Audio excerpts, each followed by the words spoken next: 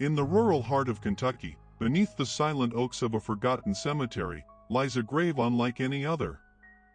Surrounded by iron bars, sealed with concrete, and scarred by stories whispered for over a century, it belongs to a 5-year-old girl. According to official records, her name was Mary Evelyn Ford. To the locals, however, she was remembered as the witch child of Pilot's Knob.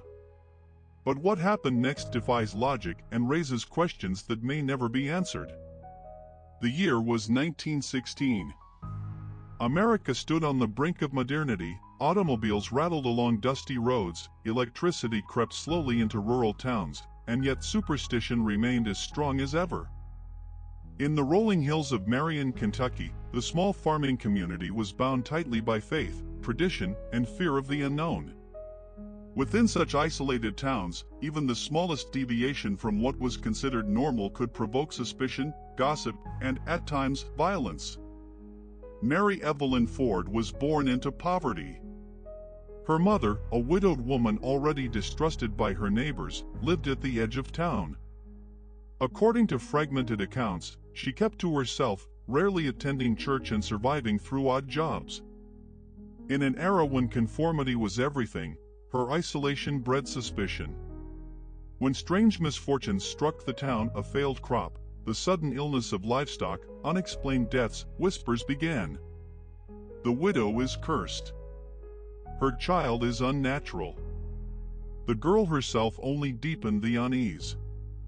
Witnesses described Mary Evelyn as unusually quiet, her gaze unsettling. Some claimed animals refused to come near her. Others said she spoke of visions, shadows standing at her bedside, voices no one else could hear. In today's language, such accounts might point to illness or trauma. But in rural Kentucky, 1916, they signaled something darker. Then came the incident. Details are scarce, shrouded in rumor and silence. One version claims a barn fire erupted mysteriously after the child was seen nearby. Another insists a neighbor's infant died suddenly, with no cause found, and suspicion turned immediately toward the girl and her mother. What is certain is that the town's fear reached a breaking point. According to local lore, Mary Evelyn and her mother were dragged from their home. Some say the mother was accused of witchcraft, others that it was the child herself. The result was the same, tragedy. Official death records state only that Mary Evelyn Ford, aged 5, died in 1916. The cause is left blank. But folklore insists her death was no accident. She was, it is whispered, burned alive. Others say she was smothered by her captors, the fire added later to hide the evidence. What happened that day remains obscured by fear, by secrecy, perhaps by deliberate omission. Her body was taken to the cemetery at Pilot's Knob. And here the story becomes even stranger. Unlike any other child's grave, hers was encased in concrete, surrounded on all sides by iron fencing. Crosses were welded into the bars. No gap was left for even the smallest hand to slip through. Locals explained that it was to keep her spirit in. For generations, children dared each other to run their hands along the fence at night, to see if the witch child would pull them inside. Visitors describe a palpable chill near the grave, even on the hottest summer days. According to some, tiny footprints appear in the dirt around the plot, though no child is ever seen. Others speak of a hand brushing theirs through the iron bars, cold as ice, though the cemetery is empty. What compelled an entire community to treat the burial of a 5-year-old as if they were sealing away a monster? Was it simple superstition, or an attempt to bury a crime that could never be confessed? Some believe the truth was buried forever with Mary Evelyn Ford. But one fact remains: over a century later, her grave still stands, a monument not to a child, but to the fear that outlived her. And as night falls over Pilot's Knob, many swear the witch child is still waiting, just beyond the bars. By the early years of the 20th century, Kentucky's small towns were still ruled less by law than by reputation. A person standing in the church, Their family name and their ability to fit within the tight social mold determined survival. To fall outside of that order was dangerous. Mary Evelyn Ford and her mother, isolated and poor, embodied everything the community feared: difference, secrecy, and silence. According to the scattered testimonies of neighbors, the Ford household was already seen as an omen long before tragedy struck. The mother's absence from church services was not simply noted, it was weaponized. Preachers spoke from the pulpit about women who turned away from God, and some claimed the sermons were thinly veiled warnings about her. When livestock sickened, whispers turned to outright accusations. Her child was seen near the fence before the cow dropped dead, one farmer alleged, though no proof was ever offered. Fear thrives on patterns, and soon every misfortune was mapped back to the little girl on the edge of town. Historical census documents confirm that small farming communities in Kentucky at the time were already under pressure: crop failures, outbreaks of disease, and economic hardship. Superstition offered a simple explanation for suffering. If something terrible happened, someone had to be blamed. And in Marion, Kentucky, that someone became a widow and her daughter. Accounts collected decades later reveal an unsettling picture of Mary Evelyn herself. Children in town avoided her, claiming her eyes followed them with unnatural intensity. One woman recalled that her own daughter returned home trembling after seeing Mary Evelyn standing motionless by the churchyard fence. She did not blink, the girl swore, not even once. Whether exaggerated or real, such stories cemented her image as different, and therefore dangerous. But perhaps the most disturbing detail comes from the testimony of a midwife who once visited the Ford home. According to her account, preserved in a local history pamphlet, the girl spoke in whispers to an unseen companion. She turned her head to the corner, the midwife wrote, and said, "I will come when you call me." I searched the room, but no one was there. Such a detail, viewed through modern eyes, might be explained as imagination or trauma. Yet in the superstitious climate of rural Kentucky, it was evidence enough of communion with dark forces. As rumors multiplied, so did hostility. Some townsfolk began leaving small crosses on the Ford property, nailed into trees or wedged into the fence posts, silent warnings that the family was marked. Others whispered of secret meetings where the girl's fate was openly discussed. According to oral history, there was talk of driving the family out, or worse. The local constable, either unwilling or unable to intervene, did nothing. Silence became complicity. Then came a sequence of events that transformed fear into action. In late autumn, a barn belonging to one of the wealthier farmers erupted in flames. Witnesses later claimed they saw Mary Evelyn lingering near the property only hours before. Though no evidence was ever presented, suspicion hardened into certainty. The fire was declared unnatural, the work of the cursed child. Panic took hold, and the community's whispers turned into open calls for punishment. Some said her mother pleaded with the town leaders, begging for mercy. Others insisted she remained defiant, declaring that her daughter was innocent. Whatever the truth, the decision had already been made. A frightened community needed a scapegoat. And in their eyes, the little girl had become something less than human, a vessel for evil that had to be destroyed. According to fragments of oral accounts passed down through families, Mary Evelyn and her mother were seized in the dead of night. Some say they were dragged to the square, others that they were taken to a secluded field. The details diverge, blurred by time and secrecy. What all accounts agree on is this: Mary Evelyn Ford never returned home. The official record lists only her death, without cause. The silence of the paper speaks louder than words. But the silence of the community was not enough to bury the unease. Fear demanded a symbol, a physical act to seal away what had been done. That symbol would become her grave: iron, concrete, and crosses hammered into place. A prison not for the living, but for a child who was never allowed to simply rest in peace. The weeks that followed Mary Evelyn Ford's disappearance left a scar on the community of Marion. Outwardly, life continued, fields were harvested, sermons preached, marriages celebrated. But beneath the surface lay a silence too heavy to ignore. According to oral accounts preserved in family diaries, neighbors avoided mentioning the child by name. When they did, it was only in hushed tones, as though even speaking of her might invite misfortune. For the grieving mother, the outcome was equally shrouded in darkness. Some say she was banished, forced to leave Kentucky under cover of night.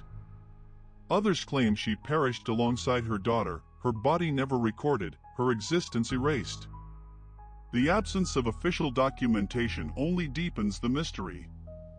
In a community obsessed with records, births, baptisms, marriages, deaths, the sudden disappearance of two names is an anomaly that speaks volumes. The town, however, still had to contend with its conscience. Fear does not vanish simply because its object is removed. Instead, it lingers, searching for new expressions. And in Marion, that expression became the construction of a grave unlike any other. According to cemetery records, a burial plot was purchased in Pilot's Knob shortly after the date listed for Mary Evelyn's death. But what stands there is not the typical resting place of a 5-year-old child. It is a fortress. Heavy concrete was poured over the coffin, sealing it shut. An iron cage was erected around the grave, each bar capped with sharp points. Crosses were welded into the structure at intervals, creating a lattice of Christian symbols designed not for decoration, but for containment. Local stonemasons later admitted the work was unusual, even unsettling. It was as though they wished to build a prison for a body, one craftsman reportedly said. But why such extraordinary measures? The most common explanation whispered in the town was simple: they feared she would rise. The legend insists that those who condemned Mary Evelyn believed her spirit too dangerous to be released. Even in death, they sought to restrain her. To a modern mind, it suggests guilt, the guilty seeking to lock away not just a child's remains, but the memory of what they had done. Yet the grave itself became a source of fascination. Children dared each other to approach it at night, to slip their hands between the iron bars and feel for the cold air within. Some claimed they felt fingers clutch theirs, small and icy, before pulling back.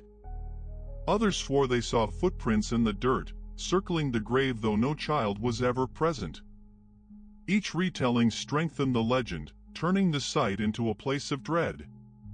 Historical researchers in the mid-20th century attempted to examine the grave. Photographs show the heavy iron fencing intact, though rusted with age. In several images, faint markings appear in the concrete, scratches, almost like fingernail impressions, etched across the surface. Skeptics dismiss them as weathering, but to believers, they are evidence of something trying to escape. Perhaps most chilling are the reports from visitors who described hearing a child's laughter near the grave, though no children were in the cemetery. Others heard weeping. A few claimed to glimpse a pale figure standing within the bars, vanishing the moment they approached. These accounts, while anecdotal, echo across decades, reinforcing the image of the witched child as more than folklore. But it is the silence of the official record that remains most troubling. The absence of clarity regarding Mary Evelyn's death, the lack of details about her mother, and the extraordinary measures taken in her burial all point to a truth deliberately obscured. Did the community act out of fear, or were they covering a crime? Some believe the grave was never meant to hold back a spirit, but to prevent outsiders from uncovering what lay within. A hidden truth, buried in concrete and steel. As the decades passed, the grave became a local legend, known beyond Kentucky. Travelers came to see it, some out of curiosity, others to test their courage. Each left with their own impressions, some skeptical, some shaken. Yet all agreed on one point: there was something about that small, iron-bound plot that defied explanation. And so, Pilot's Knob ceased to be just a cemetery. It became a shrine of fear, a reminder of a child whose story could never be fully told, whose name could never be spoken without unease. A reminder that in the heart of America, even as modernity advanced, shadows of the old world, superstition, cruelty, and secrecy still held sway. The legend of the witch child deepened in the years following her burial. By the 1920s, whispers of Mary Evelyn's spirit had grown into a chilling tapestry of superstition and fear. According to accounts preserved by local families, entire generations of children grew up under the shadow of the grave at Pilot's Knob. To speak her name was to invite dread. To walk near her resting place after dark was considered an act of reckless defiance. What stands out most in these recollections is how quickly her story shifted from a tragedy to a cautionary tale. Parents warned their children, "Do not wander near Pilot's Knob. The witch child waits for the disobedient." Some swore that a pale hand would reach from between the iron bars, clutching at those who dared to come close. Others insisted they had seen a figure, a small girl in a tattered dress, wandering between the tombstones, only to vanish the moment anyone approached. According to oral testimony gathered in the 1930s by folklore researchers, the grave became a locus of community identity. Fear united the town, even as guilt divided it. While few admitted their role in Mary Evelyn's fate, all acknowledged the burden of her presence. She was both a symbol of punishment and a secret too dangerous to speak aloud. The iron bars and concrete did not simply contain a grave, they held captive the conscience of Marian. One particularly disturbing story comes from a retired schoolteacher who visited the cemetery in 1928. She claimed that during her class's field trip, several students began to cry uncontrollably as they neared the site. They said they could hear a child's voice calling their names, the teacher later recalled. Though skeptics dismissed the incident as hysteria, it spread quickly, reinforcing the legend that the witch child could summon children to her grave. By the 1940s, the tale of Mary Evelyn Ford had become part of regional folklore. Local newspapers occasionally mentioned the grave, usually in brief, dismissive notes. Curious visitors gather at Pilot's Knob, one article wrote, to view the iron-encased resting place of the so-called witch child. Yet even as journalists mocked the superstition, they could not resist the allure of describing the strange sight. The iron bars, the sealed concrete, the inexplicable chill, it was all too evocative to ignore. Historical societies that attempted to document the grave ran into difficulties. Requests for official death certificates returned only minimal information. Mary Evelyn Ford, age 5, deceased 1916. Cause, unlisted. No mention of her mother. No church records of baptism or burial service. The absence of detail fed the legend. Was the omission deliberate? Were the town's leaders complicit in silencing the truth? Some believe the truth was buried forever, one local historian remarked, beneath concrete and lies. Yet not all stories were consistent. Some claimed the girl had been innocent, her death the result of hysteria. Others insisted she truly displayed unnatural abilities. She could stop a clock just by staring at it, one account alleges. Another described livestock dropping dead after she touched them. Inconsistencies only heightened the mystery, making her legend fluid, adaptable, and enduring. Each retelling added a new layer of horror. Perhaps the most unsettling reports surfaced in the 1950s, when the site attracted outsiders, paranormal enthusiasts, amateur ghost hunters, and thrill-seeking teenagers. Several reported scratches appearing on their arms after touching the fence.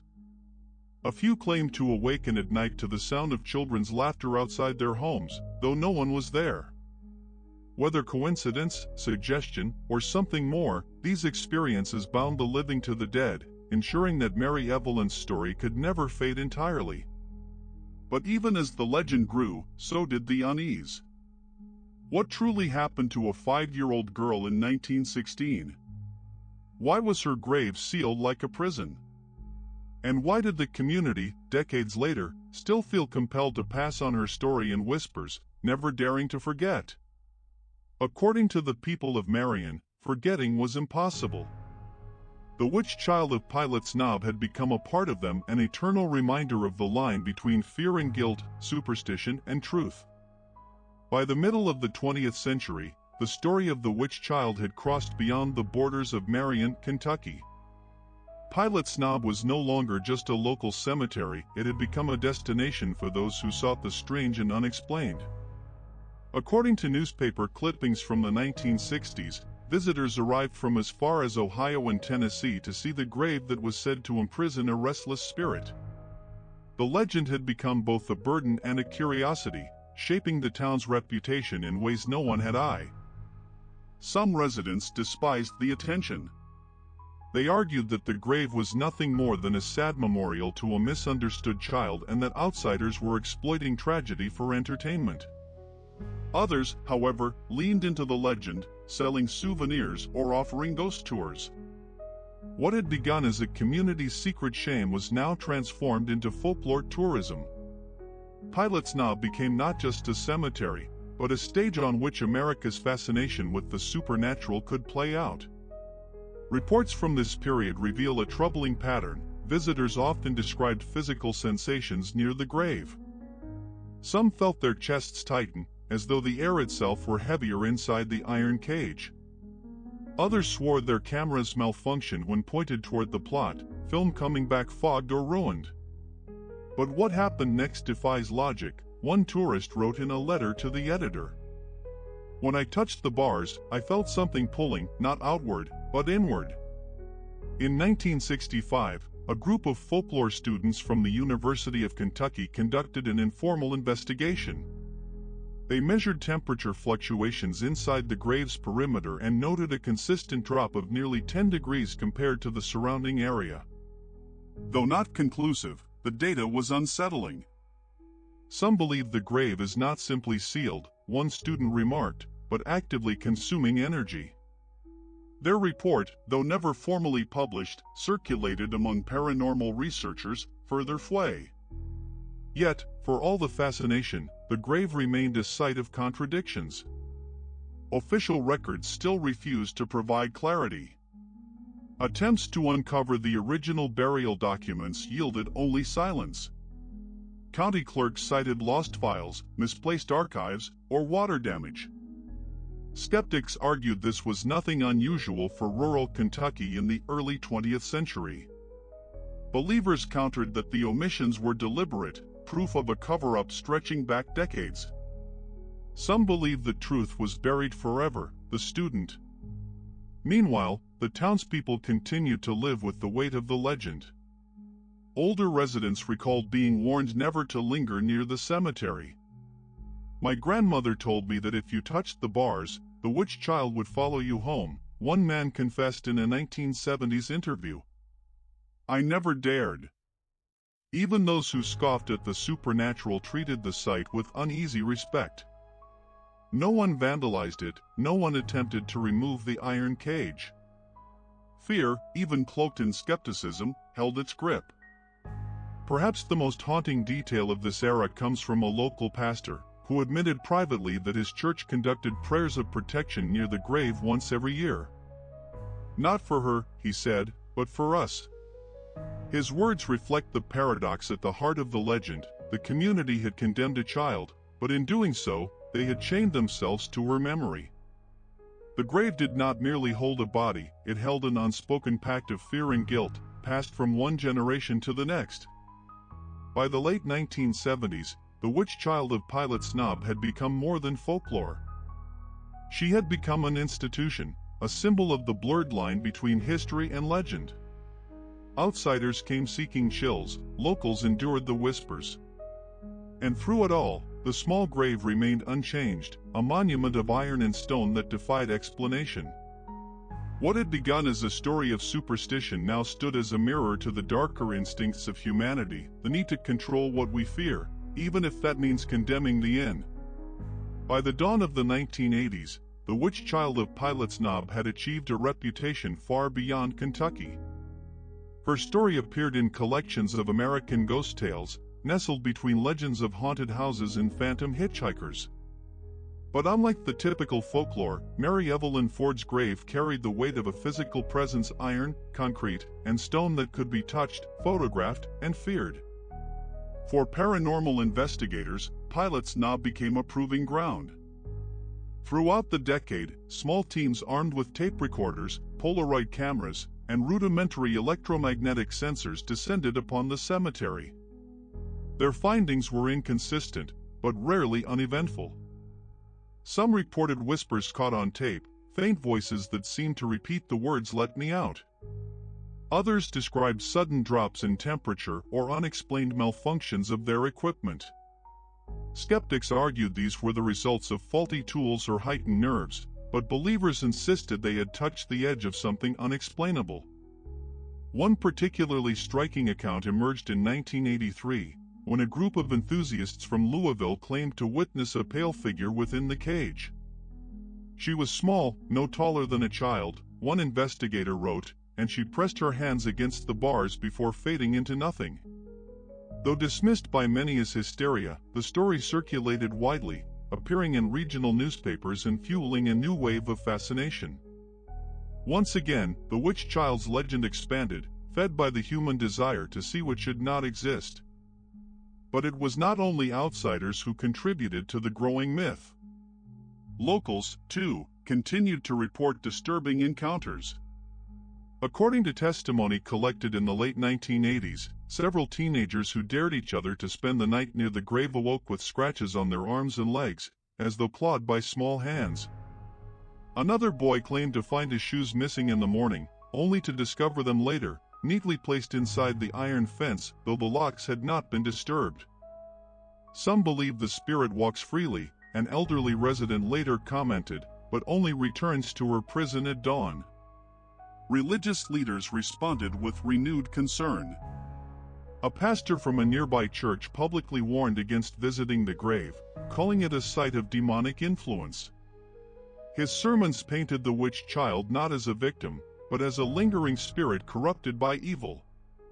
Others, however, insisted the true evil lay not with Mary Evelyn, but with the townspeople who had condemned her.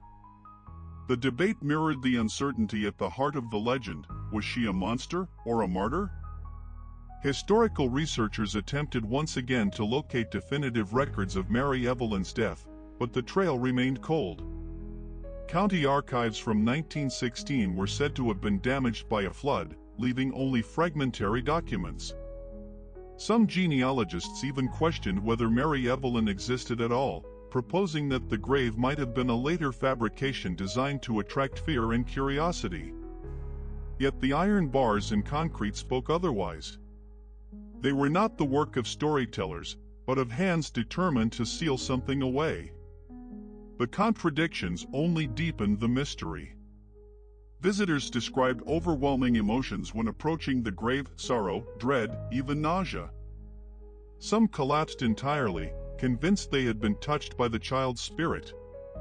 Others left offerings of toys and dolls, as though appeasing a restless presence. These tokens, scattered inside and outside the iron cage, became a strange testament to the persistence of belief. People feared the witch child, but they also pitied her. She was at once an object of horror and compassion.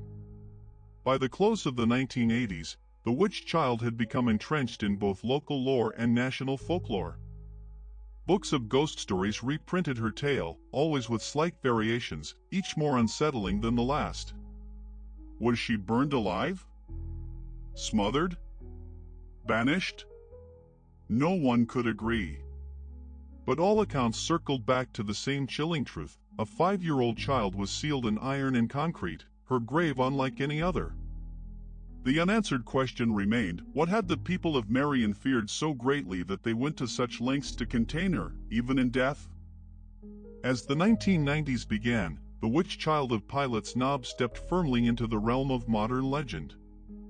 The rise of television programs dedicated to hauntings and unexplained mysteries ensured that Mary Evelyn Ford's story reached a wider audience than ever before. Documentaries aired grainy footage of the grave, accompanied by ominous narration and eerie music. For viewers across America, the image of the small, iron-caged plot became synonymous with fear.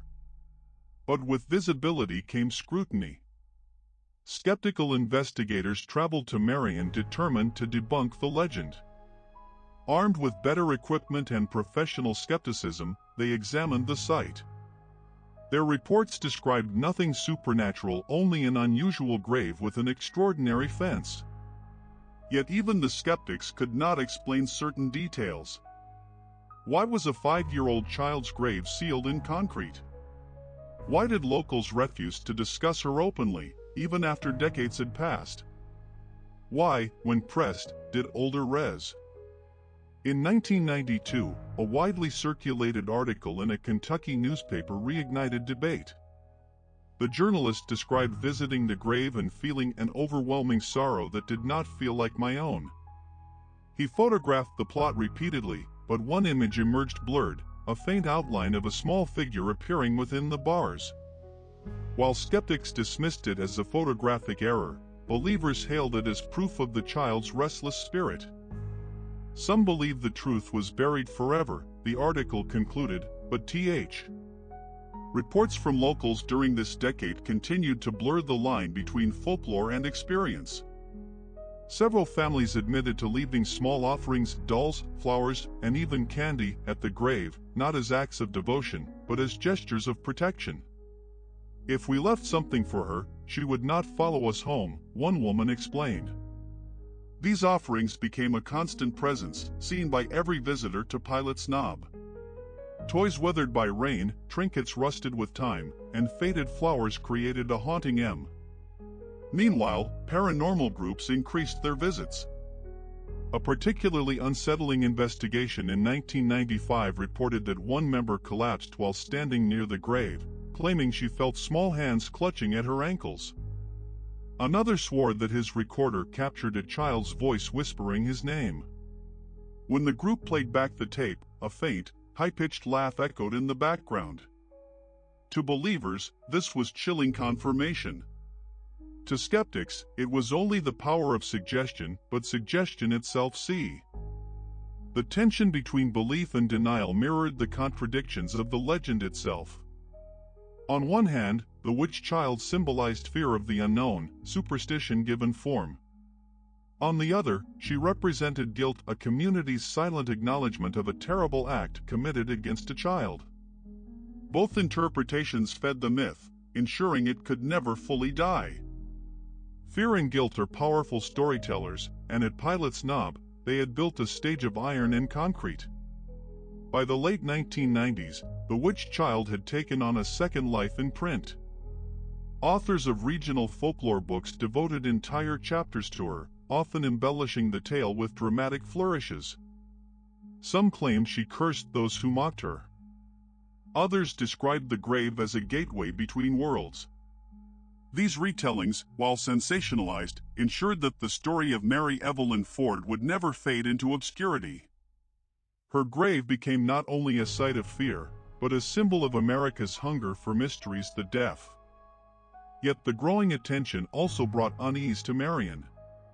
Residents tired of outsiders invading their cemetery, leaving behind trash or vandalism.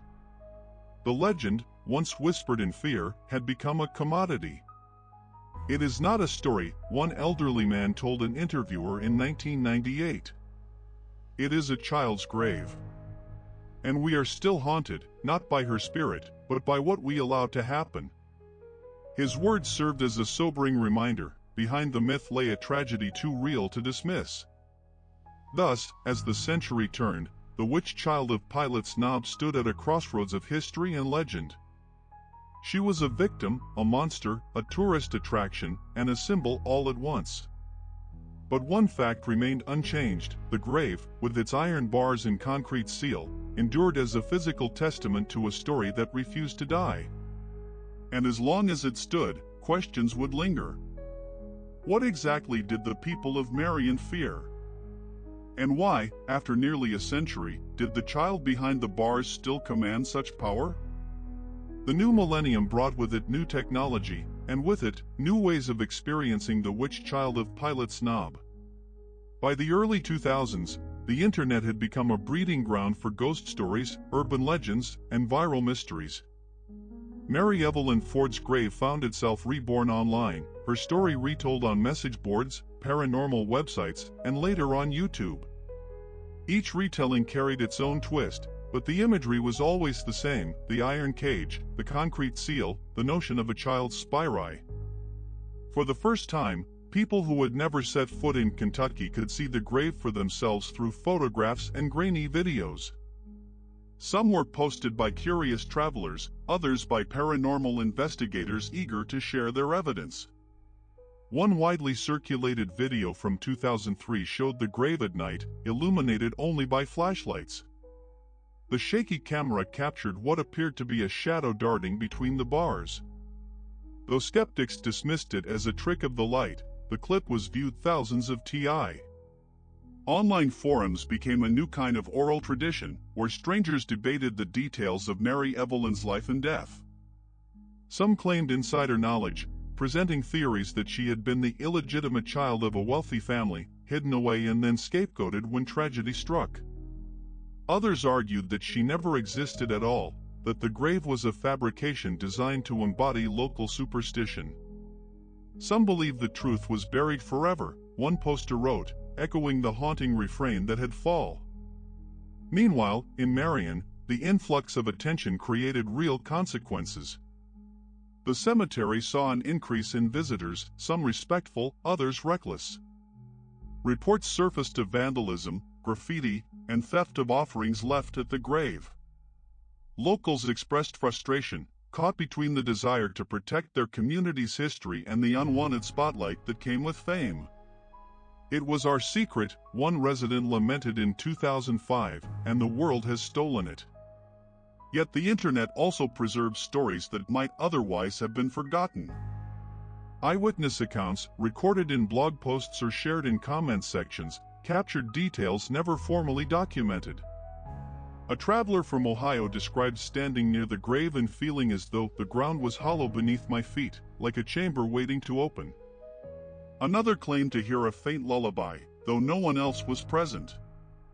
Whether authentic or embellished, these stories joined the growing archive of the witch. In 2007, a group of amateur ghost hunters live-streamed their visit to Pilot's Knob, one of the first times the site was broadcast in real time. Thousands of viewers watched as the team set up equipment around the grave. Midway through the night, the feed captured a sudden distortion, a warping of the video signal, accompanied by a high-pitched noise. The chat erupted with speculation, some insisting it was proof of the child's spirit, others blaming faulty equipment. The recording, archived online, continue. Perhaps the most disturbing consequence of the internet age was the rise of personal encounters shared publicly. Dozens of people claimed that after viewing images or videos of the grave, they experienced nightmares, sleep paralysis, or the sensation of being watched. Paranormal researchers began to suggest that the witch child's legend had grown beyond Pilot's Knob itself, that belief in her was enough to summon her presence, no matter where a person lived. The grave was no longer a single physical site. By the end of the 2000s, the witch child of Pilot's Knob had transcended her origins. She was no longer just a figure of local folklore but a digital phantom, carried through wires and screens into homes across the world. Her story had adapted to a new era, where myth and reality blurred more easily than ever. And with every retelling, one truth remained: a 5-year-old child had been encased in iron and concrete, her memory transformed into something both terrifying and unforgettable. The world might. By the early 2010s, the witch child of Pilot's Knob had become a fixture of the digital age.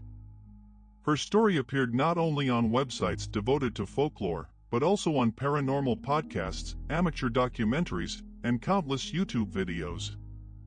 What had once been whispered in small Kentucky circles was now accessible to anyone with an internet connection.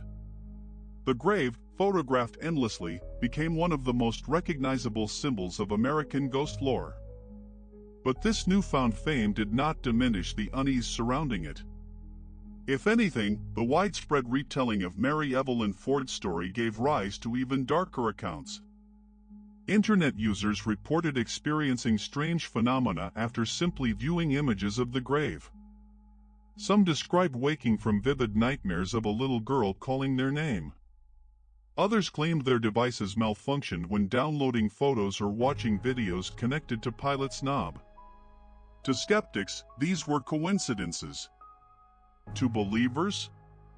In 2011, a documentary crew visited Pilot's knob for a national cable program on Haunted America. Their footage captured something unexpected. As the cameraman circled the grave, his equipment abruptly shut down, refusing to restart for nearly 20 minutes. When it did, the first frame recorded showed a blurred figure near the bars. The producers aired the segment with caution, acknowledging the possibility of technical error but leaving room for interpretation. According to official records, nothing X. Meanwhile, scholars attempted to ground the legend in historical fact. Genealogists scoured census records, searching for evidence of the Ford family in Marion County around 1916. Some findings suggested a widow with a child of similar age living on the outskirts of town, but details were fragmentary. No marriage certificates, no church records, no death certificates beyond the briefest of entries. The lack of documentation only fueled speculation. Was the grave truly that of Mary Evelyn Ford, or had Th? The digital era also brought new forms of participation. Paranormal enthusiasts across the country began organizing remote vigils, encouraging people to meditate on the witch child story from their own homes. Participants claimed that distance was no barrier, that her presence could reach beyond Pilot's knob. A series of blog posts from 2013 described dozens of individuals who reported the same dream, a little girl standing behind bars, whispering, "Let me out." The uncanny similarity between their STO. Not all attention was welcome. By 2015, local authorities expressed concern about the growing number of visitors to the cemetery. Vandalism increased, with parts of the iron fence damaged or stolen. Offerings left at the grave were frequently disturbed, scattered across the grounds. Residents of Marion voiced frustration, insisting that their community's painful history was being sensationalized by outsiders. Yet despite calls for the site to be closed off, the grave remained accessible, continuing to The era of smartphones amplified the legend further. Countless visitors uploaded photos and videos of their trips to Pilot's Knob, often accompanied by captions describing eerie sensations or unexplained anomalies. In one widely shared clip, a group of teenagers filmed themselves daring each other to touch the bars. As one boy reached forward, the footage appeared to distort, a flickering shadow crossing the frame. Though easily explained as poor lighting, the moment became an internet sensation, cited A. What made the 2010s unique was the merging of folklore and digital culture. The witch child was no longer confined to Kentucky or even the United States. Her story spread globally, appearing on message boards in Europe, Asia, and South America. Translations circulated, each adapting her legend to local traditions of restless spirits and cursed children. The grave of Mary Evelyn Ford became more than an American haunting, it became a universal tale of fear, guilt, and the unknown. Yet for all the expansion of her legend, the same questions persisted. Who was Mary Evelyn Ford? Why was her grave sealed in such an extraordinary fashion? And why, after more than a century, did her presence continue to inspire fear? As one folklorist concluded in 2018, some believe the grave is cursed. Others believe it is haunted. But perhaps the truth is simpler and far more terrible. Perhaps the grave is not extraordinary because of what it holds, but because of what it hides. By the time the 2020s began, the witch child of Pilot's Knob had cemented her place as one of the most enduring legends of American folklore.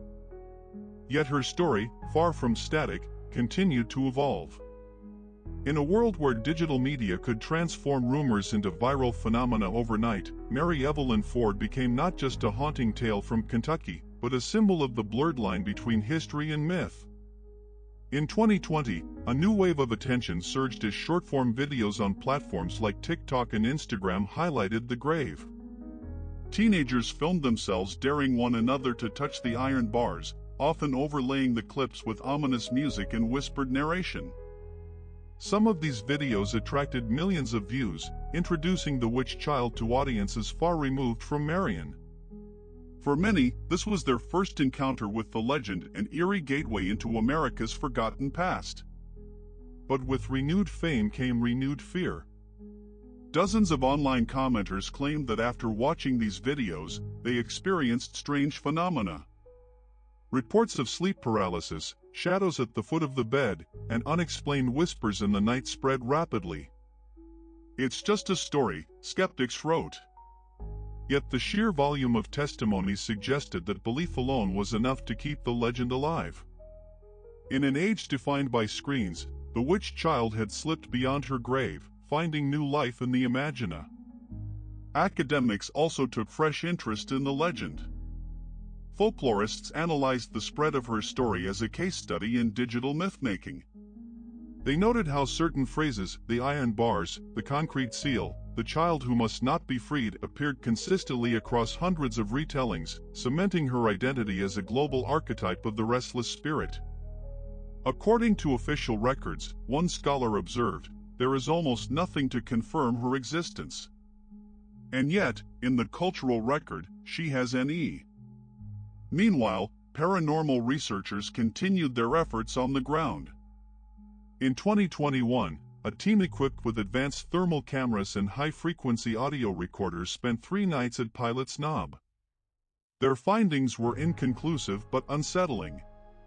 Temperature fluctuations of nearly 15 degrees were documented inside the iron cage, though the weather outside remained stable. Recordings captured faint, childlike laughter that none of the investigators recalled hearing at the time. Some believe the Tr. Local authorities, however, faced a different challenge. With increasing numbers of visitors, especially during the Halloween season, the cemetery grounds endured significant wear. Reports of vandalism and theft rose sharply, forcing officials to consider restricting access. Residents of Marion once again found themselves torn between resentment of outsiders and resignation to the fact that the witch child had become larger than their community. "We carry the guilt," one elderly resident told a reporter in. The pandemic years also left their mark on the legend. Isolated at home, people sought connection through shared stories of the supernatural. Online, the witch child became a recurring figure in paranormal challenges, where users dared one another to repeat her name or watch recordings of the grave at night. Many reported disturbing dreams afterward, intensifying the aura of dread that surrounded her story. Whether coincidence or proof of something more, the result was the same: Mary Evelyn's name was. Yet even in the midst of her digital revival, questions persisted. Skeptics demanded answers. Why no complete birth or death record? Why no church registry? Why such extraordinary measures for the grave of a child? Was the story of Mary Evelyn Ford the product of superstition, or was it deliberately manufactured to hide a darker truth? The lack of resolution only heightened the fascination. Silence, once again, spoke louder than words. As the decade unfolded, the witch child of Pilot's Knob continued to defy explanation. She was a tourist attraction, a cautionary tale, a viral sensation, and perhaps most haunting of all, a child whose tragedy remained unsolved. Some believe the truth was buried forever, one folklorist concluded, and maybe they are right. But if so, why does her voice still echo through time? The grave remained, iron and concrete unbroken, a reminder that some mysteries refuse to rest, no matter how many years pass. The enduring mystery of the witch child invites not only fear but also attempts at rational explanation. As the 2020s progressed, a growing number of researchers sought to strip away the layers of superstition and uncover what, if anything, lay at the core of the story. Their findings, however, only deepened the unease. According to historical researchers, child mortality rates in rural Kentucky around 1916 were tragically high. Illnesses such as influenza, typhoid, and pneumonia claimed young lives with alarming frequency. In such an environment, the death of a 5-year-old child might not have been unusual. But the extraordinary nature of Mary Evelyn Ford's burial set her apart. Concrete, iron, and crosses, these were not the trappings of a typical grave. They suggested fear, intention, and secrecy. Some historians argued that the explanation could be cultural rather than supernatural. Folklorist Dr. Samuel Whitaker proposed that the grave represented the community's desperate attempt to contain guilt. If a town participates in an act it cannot justify, he wrote, it will often create symbols to absorb its collective shame. The grave of Mary Evelyn Ford may be less about containing a spirit and more about containing memory. His theory resonated with those who believed the witch child was more marked. Yet there were other interpretations. Skeptics contended that the grave was simply misidentified. Perhaps the plotted pilot's knob did not belong to a child at all, but to an adult whose burial was unusual for reasons lost to time. Without definitive records, the possibility remained open. Still, the child-sized proportions of the iron cage, along with persistent oral testimony, made this theory difficult to sustain.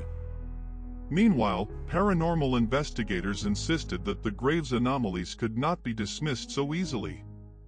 Recordings of disembodied voices, photographs with unexplained distortions, and accounts of physical contact continued to emerge.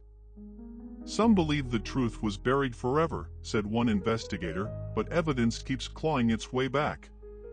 To believers, the consistency of these reports across decades suggested something more than coincidence. The contradictions only added fuel to the legend.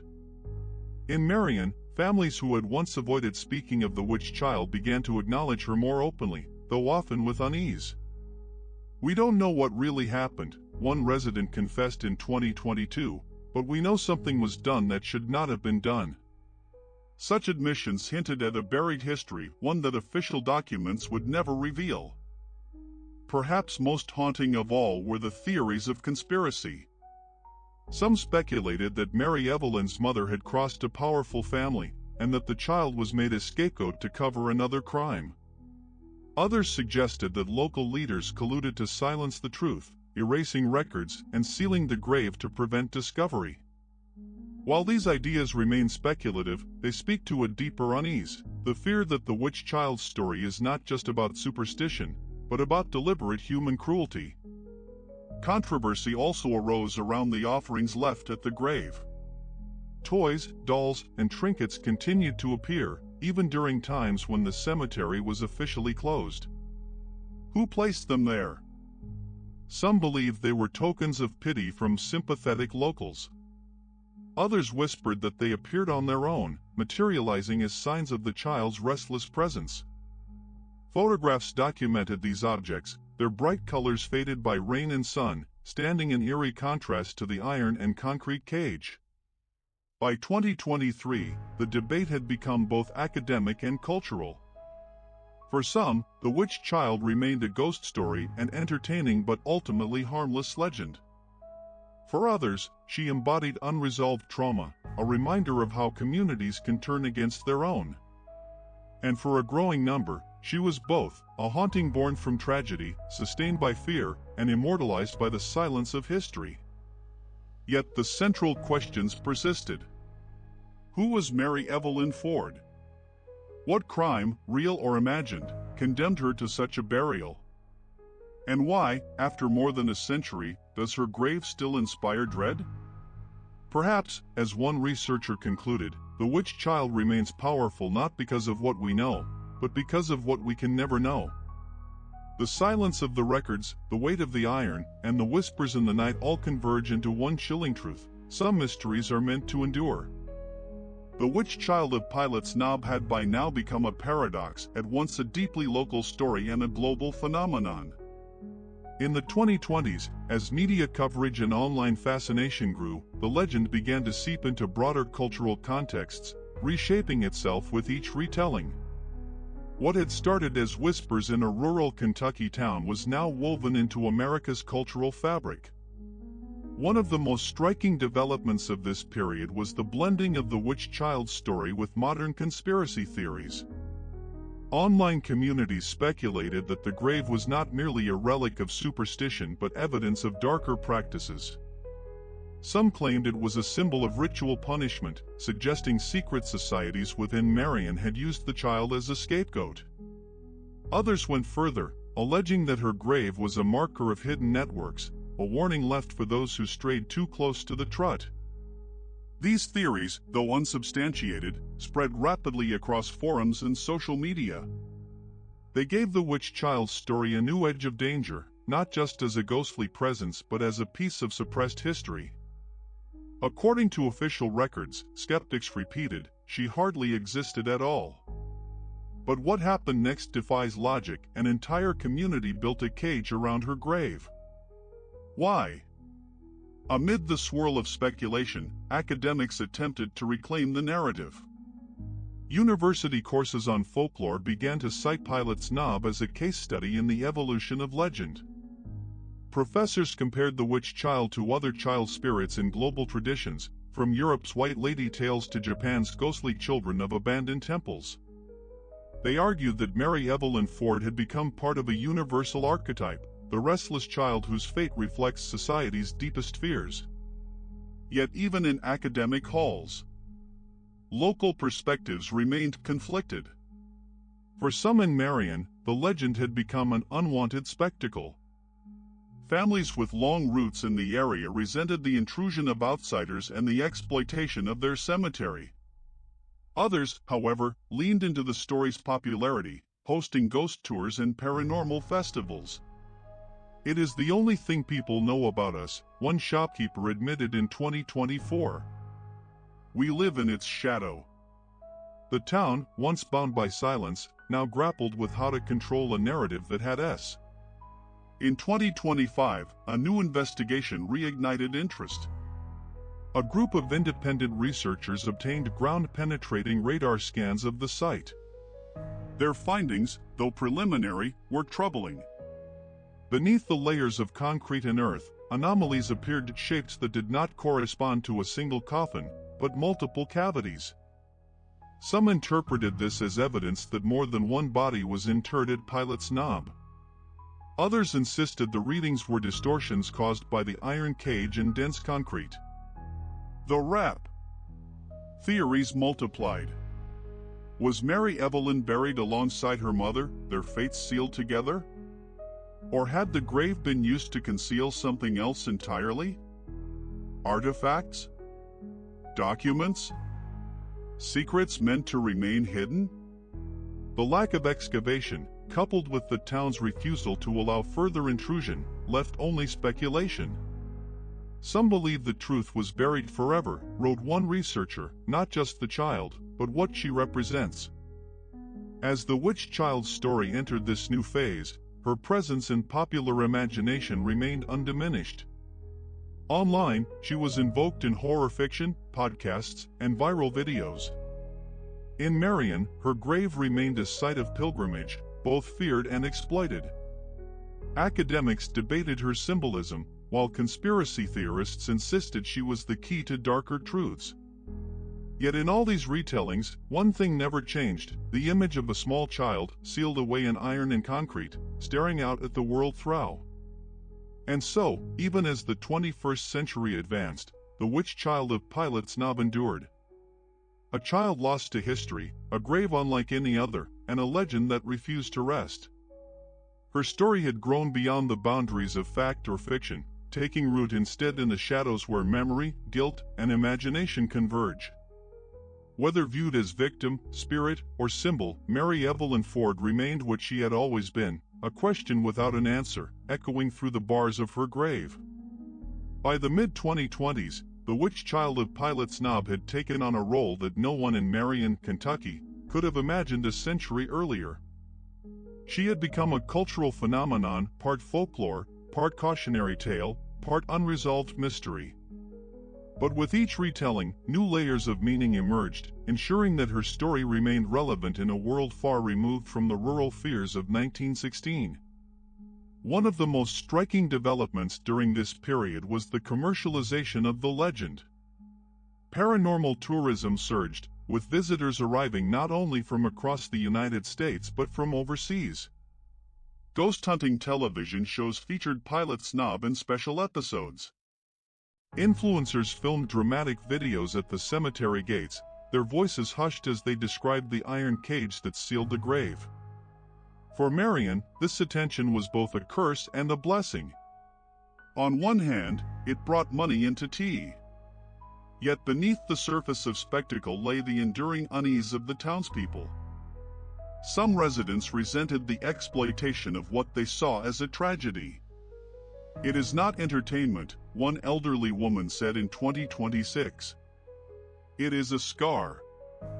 Others, however, embraced the notoriety, arguing that the legend had outgrown its origins. "The witch child belongs to the world now," a local historian remarked. "We cannot silence her, so we tell her story." But the attention also brought new claims. Paranormal investigators reported fresh disturbances at the grave. Visitors spoke of shadows moving inside the cage, of sudden cold spots, of children's laughter echoing across the cemetery. One group of researchers swore that their instruments detected movement beneath the concrete, shifts in density that suggested something stirring. Whether exaggeration or truth, such reports reignited fears that had lain dormant for decades. Adding to the tension were newly uncovered documents. In 2027, a genealogical researcher announced the discovery of a fragmentary baptism record listing a child named Mary E. Ford, dated 1911. Though incomplete and difficult to verify, the record hinted at a real identity behind the legend. If authentic, it confirmed that Mary Evelyn had indeed lived. Yet the absence of any subsequent documentation, no school records, no census entries after 1915, no official death certificate beyond the barest entry Rice. Speculation mounted. Had the town erased her existence deliberately?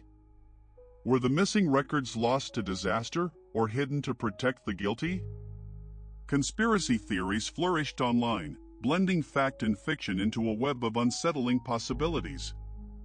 Some insisted that Mary Evelyn was not the only child condemned, that the grave might conceal others. Others argued that her story had been exaggerated, her legend constructed to mask an unrelated tragedy. The lack of definitive answers allowed all theories. Meanwhile, the grave itself remained unchanged, a stubborn monument of iron and concrete. Photographs from 2028 show the cage still standing, rust streaking the bars but structure intact. Offerings continued to appear: dolls, ribbons, and coins left by visitors. Some claimed the objects shifted positions overnight, though no one admitted to moving them. Some believed the truth was buried forever, a journalist wrote, but the grave keeps speaking in silence. What makes the witch child's story endure is not only fear, but recognition. To many, she symbolizes the consequences of unchecked hysteria, of communities turning against the vulnerable. To others, she embodies the possibility of the supernatural, proof that some tragedies leave marks too deep to fade. And to Marion, she remains both burden and identity, a reminder that history cannot be undone, no matter how tightly it is bound in iron. By 2029, her legend had expanded once again, carried into books, films, and podcasts that reached global audiences. Each retelling asked the same questions: who was she? Why was she buried that way? And what does her story reveal about us? The answers, elusive as ever, continue to draw people to Pilot Snob. For as long as the grave endures, the witch child will endure too, a voice from the past that refuses to fall silent. The story of the witch child, though rooted in the past, continued to resonate in unsettling ways as the 21st century advanced. By the late 2020s, her legend was no longer confined to cemeteries, folklore books, or ghost tours. It had seeped into the collective consciousness, appearing in art, literature, and even political commentary. Mary Evelyn Ford had become more than a ghost, she was a symbol. Writers began to invoke her story in discussions of justice and innocence. Essays described her as a reminder of how fear can drive communities to commit atrocities against the vulnerable. According to official records, one commentator noted, "Almost nothing is known of her. Yet the silence itself condemns us." In classrooms, her tale was retold not only as folklore but as a cautionary history, illustrating the consequences of scapegoating and collective hysteria. At the same time, paranormal interest in Pilot's Knob reached new heights. Investigators armed with state-of-the-art equipment claimed to record everything from thermal anomalies to unexplained voices. In one chilling case, a researcher in 2028 captured a clear recording of what sounded like a child sobbing, followed by a whisper, "Let me out." Audio experts analyzed the file, unable to agree on whether it was manipulated. To believers, it was the most compelling evidence yet. To skeptics, it was another. Meanwhile, conspiracy theories surrounding the grave grew more elaborate. Online communities argued that the site concealed more than a single tragedy. Some suggested the grave was part of a larger pattern, a network of hidden histories buried beneath America's small towns. Others proposed that the witch child legend was deliberately maintained to distract from other secrets. The more the story spread, the more tangled it became, blurring the line between folklore and paranoia. For the residents of Marion, the weight of the legend was felt in daily life. Tourists arrived in greater numbers, some respectful, others careless. Local leaders debated whether to restrict access to the cemetery, citing damage to the grounds and disrespect for the dead. "It is still our cemetery," one official said in 2029, "not a stage set for ghost hunters." Yet the grave remained open, a compromise between local unease and global fascination. The duality of the witch child, as both victim and monster, continued to haunt interpretation. Some saw her as an innocent child destroyed by superstition, her grave a monument to cruelty. Others insisted she was dangerous in life, her burial a necessary safeguard. Neither view could be proven, but both persisted, sustained by the iron bars and the silence of the record books. Some believe the truth was buried forever, one folklorist observed, and perhaps that is why her story survives, because it was an artistic interpretations flourished. Painters depicted the child behind bars, her eyes filled with sorrow or malice depending on the artist's view. Musicians composed ballads retelling her fate, blending historical detail with eerie refrains. A play performed in 2030 dramatized her story, presenting her as both martyr and monster in alternating scenes. The audience was left to decide which version they believed or whether both could be true.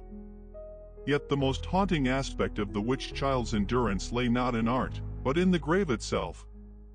Despite rust and weathering, the cage remained intact. Visitors continued to leave offerings, from modern toys to handwritten letters addressed to Mary. Some were simple gestures of pity. Others were pleas for healing, for forgiveness, for protection from unseen forces. It was as though people had come to see her not only as a ghost, but as a guardian or a warning. By the close of the decade, the witch child stood as one of America's most enduring legends, her presence echoing far beyond Kentucky. She was no longer just a story told to frighten children, but a mirror held up to society's fears, guilt, and imagination. And still the central mystery endured. What happened to Mary Evelyn Ford in 1916? The grave at Pilot's Knob, sealed in iron and silence, offered no answers. Only the uneasy sense that some truths, once buried, were never meant to be uncovered.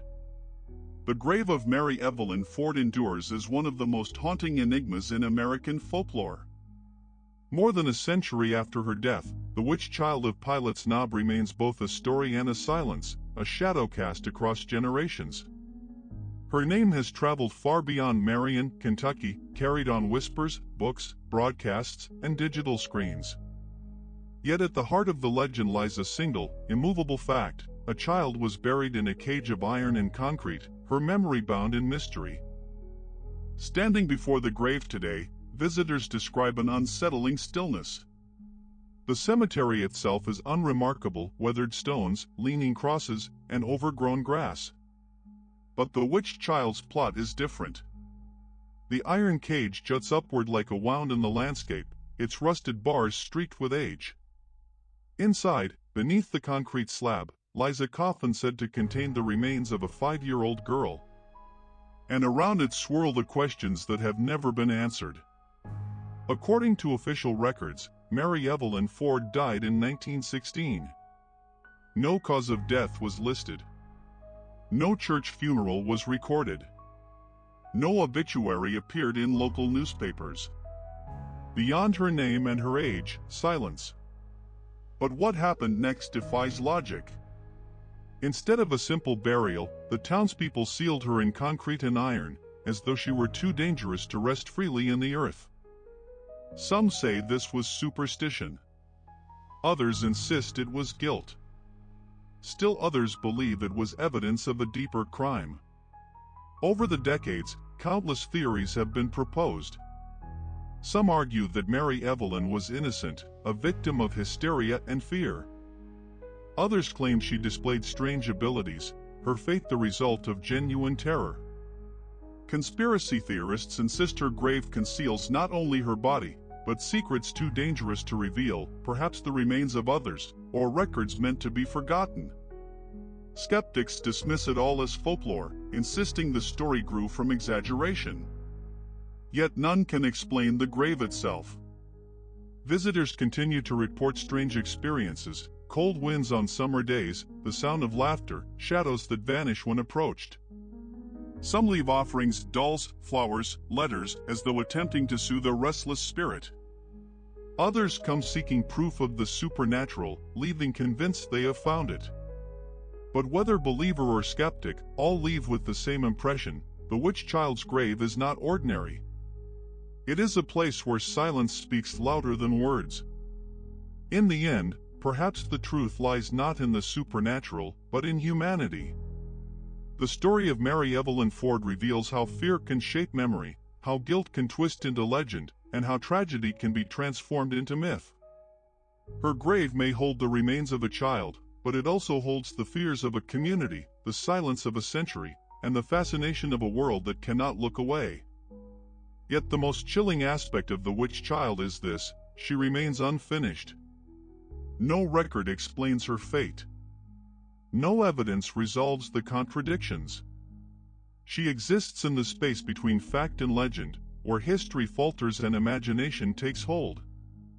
And in that space, she endures, forever 5 years old, forever sealed behind iron bars, forever reaching through the cracks of time.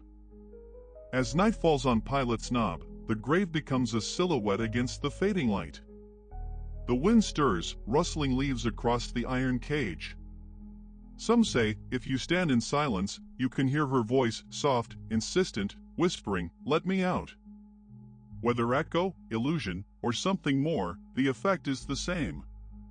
You walk away unsettled, the image of the grave burned into your memory. And you realize that the witch child's story is not one you can simply leave behind. It follows you, just as it has followed every. The grave of Mary Evelyn Ford endures not because it is understood, but because it defies understanding. It is a reminder that some truths cannot be unearthed, some wounds cannot be healed, and some voices, once silenced, refuse to stay quiet. The witch child of Pilot's Knob remains, waiting behind the bars of her grave, an eternal question, unanswered, and perhaps unanswerable.